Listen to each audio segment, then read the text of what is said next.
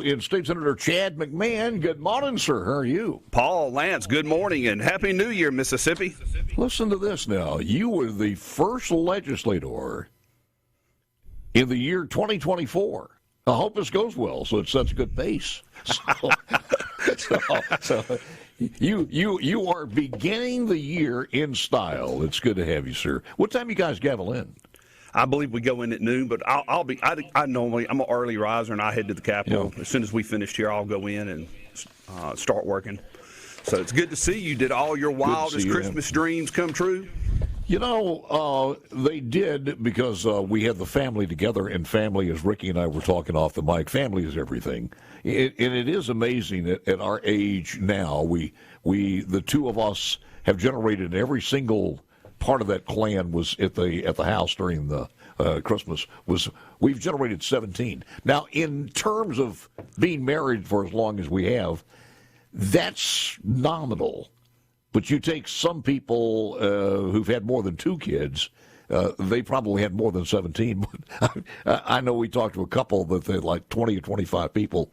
By the time you get kids and grandkids and fiancés and et cetera, so we were very, very blessed. How about you guys? This was a very special Christmas for my wife, Nikki, and I. We're grandparents. Yeah. I'm Pappy Mac, and my wife is Kiki, and our little grandson was 3 years old, and this was the first year he really understood everything that was going on, and he was counting the presents. Hey, I got more presents than everybody else, and he thought that if it was wrapped a certain way, it was his. So it was a lot of Christmas magic this year for us. One of the things they don't tell you in the manual way back when, before you propose to your wife, is you think, okay, now, when we have kids, we worry about them, but man, when they graduate and go on their own, it's going to be free. No. You worry about the grandkids then as well. So you just, that's how the hair falls out and turns gray. So, but I'm glad you had a good Christmas. All right, 4 months. How's this different than a 3-month day? How do you justify leaving your business for 4 months? Well, first, I want to thank my employer, Greg Rusk. I've been with the Ruskin Packaging Company for 29 years, and so the only way I'm able to serve is because he allows me, and my supervisors work with me. I'm in the packaging business. I'm one of the few legislators that's in manufacturing. So we're in the box business. If you've ever received a package from Amazon or Walmart, more than likely you received a carton that was made by the Ruskin Company. Your business ought to be pretty good. Our business is solid. It's been solid. It's got to be. Well, since 2019, our business has been really, really, we sent a lot of increases in volume, which has also led to a lot of increases in supply, which has led to price increases. But the packaging business is a good, solid business to be in. And there are a lot of packaging companies in Mississippi. It's really a silent industry. But there are about 12 manufacturing box plants in the state of Mississippi. A lot of your largest customers, Are we talking... You're talking about making the cardboard boxes or making cardboard? Making the corrugated paper and then converting it to cartons.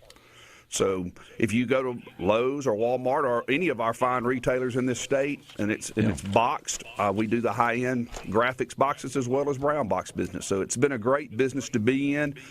I've been with the same. I've actually been with the same plant for 29 years. It's been a very successful career path for me and a good, solid relationship. And if there are any young people out there in the Jackson area that are interested in going into manufacturing, we have a university. We call it Ruskin University, and we put young people through training programs and find places for them to get into our business. And look, we've got sales reps in our company that make over $1 million a year selling cartons. So it's a very good business to be in.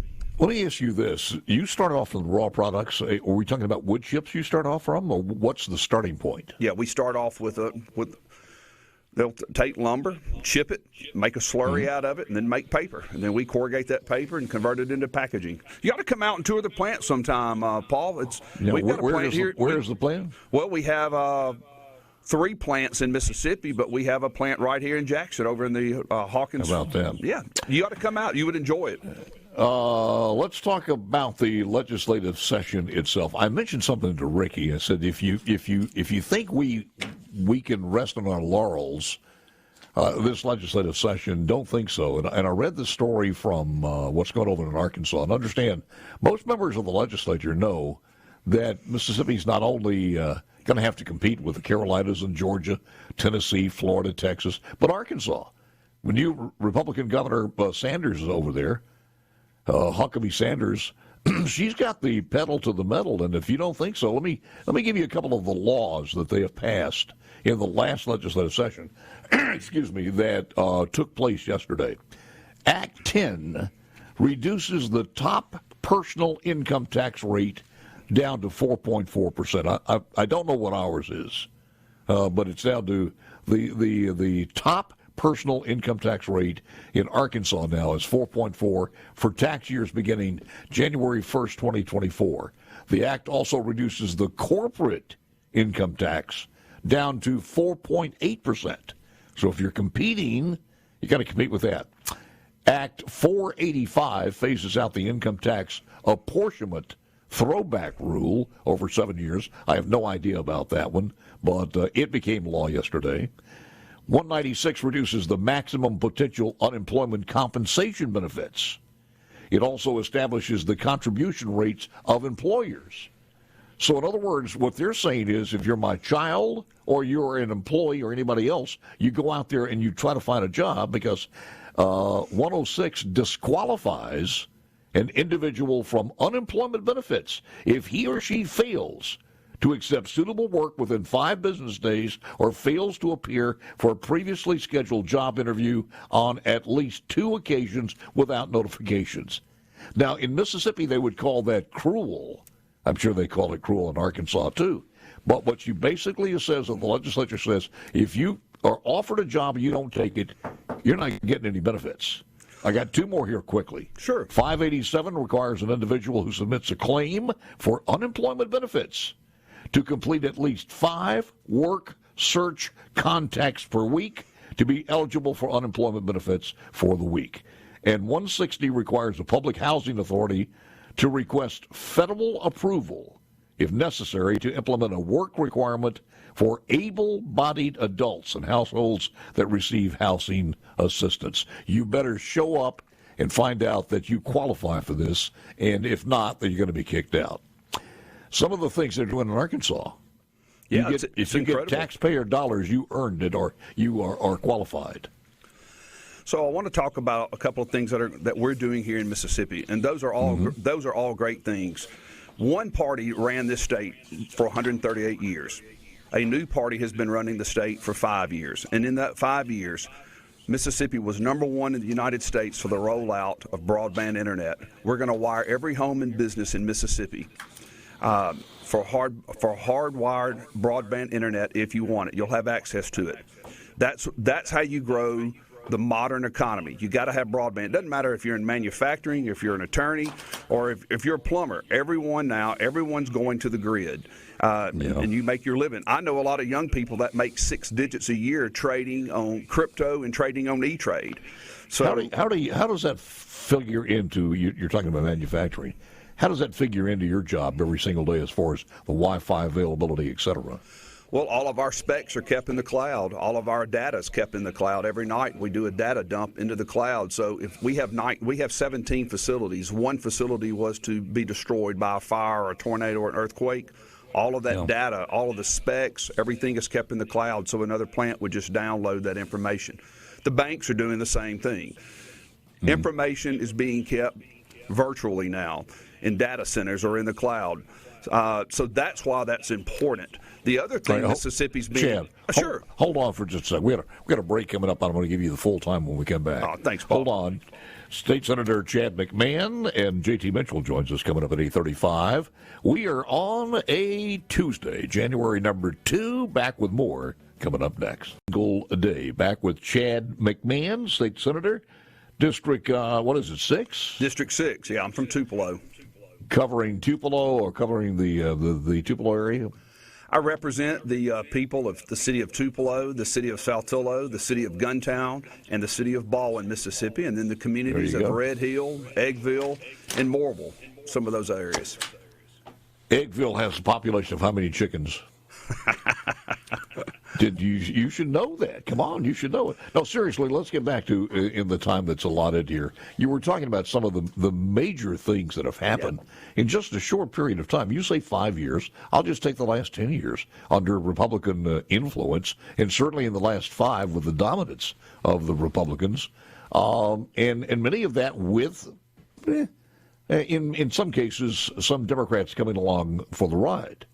Sure. And agreeing with Republicans. And going back to what I was saying, Mississippi is leading the nation in educational improvements in mathematics and in education. And I want to take a moment just to say Lance Evans, who is the superintendent of New Albany City Schools, has been nominated to be the next state superintendent. And I'm really excited. He is a Mississippi guy. He's from Mantachie, went to Mantachie schools. And I feel like he will be confirmed. I haven't discussed that with my colleagues, but he is very focused on public education. He's a traditionalist. He is a guy that looks at the data, knows how to get things done. And I would encourage you to invite him on the show. I'm really interested to see. Looking forward to that. Yeah, I've met with him several times, and I'm looking forward to what he is going to share with the legislature about his vision for Mississippi. But some of the other things we're doing in Mississippi, we have the 16th best road system in the United States. We're spending this year $2.3 billion on infrastructure. We have one of the finest transportation systems in the entire country. A lot of things are lining up for Mississippi. Our time is now. And some of the largest companies in the world are moving to Mississippi to do business. Amazon, Nissan. By the way, we make the #1 selling car in the world, the Toyota Corolla, at Blue Springs, Mississippi. 7 out of 10 warships are being made in Mississippi. Is this going to turn into a Chamber of Commerce thing here? That's pretty darn good. Let me ask you this in relationship to the just aforementioned Mr. Lance Evans. What are your thoughts on school choice? How's that going to come down with the narrative on school choice from your District 6? Well, the district I represent, we have wonderful public school systems. The vast majority of people in the area that I represent go to public schools. We have A and B rated schools. So I listen very closely what the people want. As a matter of fact, the people of Tupelo, Mississippi, choose to tax themselves at the highest rate allowed under the law to support the largest high school in the state, which is Tupelo Public High School. I'm a big public school supporter. I look at what public school has done and the standard of living that we've acquired in this country since public school was created, and I'm willing to look at anything that is convenient and that the voter wants to see. Chad, are there some failing schools within District 6? I do not believe we have any failing schools in District 6. No, sir. You think people in other districts that do have failing schools in those districts should have some modicum of choice? I think the schools that have failing districts need to hold the leadership accountable in those areas of why they're having why their systems are failing. I represent the 6th district. We have great public schools. And I'm here to do one thing, Paul, represent the people that sent me here, and that's the people of the 6th district. What do you think the other burning issue is? Is it going to be Medicaid or the initiative process as far as District 6 voters are concerned? Yeah, a modernization of the healthcare system in Mississippi is going to have to take place, but I think it needs to be a 3-pronged system. Or three issues we're going to have to address. Number one, we need to look at modernizing Medicaid, what that looks like. Number two, the insurance companies need to pay the health care providers. I've got small clinics in a major system in my area that are not being paid on time. They're being paid in 180 days from the insurance And what's the bottleneck of that? Is it the benefit managers, or what's the holdup? Well, let's say that SuperTalk, you send me an invoice, and there's a discrepancy. I may not pay that until we work out that invoice. Well, that's what's taking place between healthcare providers and insurance companies. There's a dispute, so they're just not paying it. Well, they need to partial pay it. Services were rendered, so there needs to be some type of partial payment. And then they can figure out, but these small healthcare facilities, they can't go 180 days. Even the large systems can't go that kind of time, 4 months without being paid. 120, 180 days. And then the other thing is that we need a menu. If you and I are out traveling together and I get hurt, I break my arm, and we go into a healthcare facility, there ought to be a menu that lets me know how much it is within reason, how much a broken arm is or broken appendage is going to be. So I think we need a total review of healthcare and a modernization of healthcare in Mississippi. But that seems almost an enormous job because I got to tell you, I'm still getting every single day. I say at least once every couple of weeks, I'll get bills from people I have no idea how they fell into the chain of healthcare. And at least if you went to get your car fixed, you're not going to get somebody who read the car's analysis in Oklahoma, and all of a sudden you owe me $300. Paul, I got hurt. I cut my hand and had to go get stitches at a local facility, hospital. And when I got ready to leave, I was just going to pay them, and they couldn't accept payment. They had no way to accept payment in the ER. They said, that's crazy. They said, sir? I said, yeah, I got 4 stitches. I'm just going to pay for the 4 stitches. They're like, we have no way to accept payment. We'll have to invoice you. And so for the next 3 months. I don't think there's a cash register anywhere around there. No. Right. That's Your right. final thoughts, sir. You asked early why we're going to have a 4-month session the first year. Yeah. So I was going to come back to that. The law assumes that there's a new governor and a new lieutenant governor every 4 years. So the law allows an extra 30 days to allow the government to organize, and that's why this will be a 4-month session this year. I got you. Do you have any idea when the lieutenant governor will hand out the committee assignments, and are you asking for anything different? I'm going to do my duty wherever the lieutenant governor asks me to serve. That's where I'll do my duty. And the governor, I'm sure he has multiple people that are helping him choose those committee selections. It's very important, though. I look forward to working with Delbert Hoseman. Delbert Hoseman's my friend. He's been a mentor to me before he was even in the Senate. As a lieutenant governor, when he was Secretary of State, we had a wonderful relationship. I look forward to working with him. I appreciate the leadership of Senator Josh Harkins, Senator Briggs Hobson. Those guys are wonderful to work with. I'm here to work with my colleagues and do the best we can for the state of Mississippi, and I believe we will. The other issue is going to be, do we make some inroads as far as the personal income tax and another cut on that one? And kind of up in the air now, and I'm not sure how far apart the House and Senate are going to be on that one since we have new leadership in the House. The thing that I'm really concerned about is violent crime across the state. Yep. And especially here in our capital city, and we've done multiple things to try to curtail some of that crime. But, everything we're doing in Mississippi is about building an economy where people want to move to Mississippi and raise a family and do business. And it's a wonderful place to live and do business. And we have a lot of great ingredients here to give a high quality of life. But the one thing that can ruin the quality of life in any area in Mississippi is violent crime. And I'm encouraging mayors and law enforcement to work together across the state to bring us your ideas of what we can do to help curtail and drive down violent crime. All right. Thank you, man. Appreciate it very much. I will say this. The newly unelected court system in Jackson has been put on hold for at least 4 more days after a federal appeals court ruling on Sunday. We heard the news on Sunday. The U.S. Fifth Circuit Court of Appeals granted an administrative stay blocking the Capitol Complex Improvement District court from going into effect until Friday, January the 5th. But that's still working its way through. Do you know anything else about that?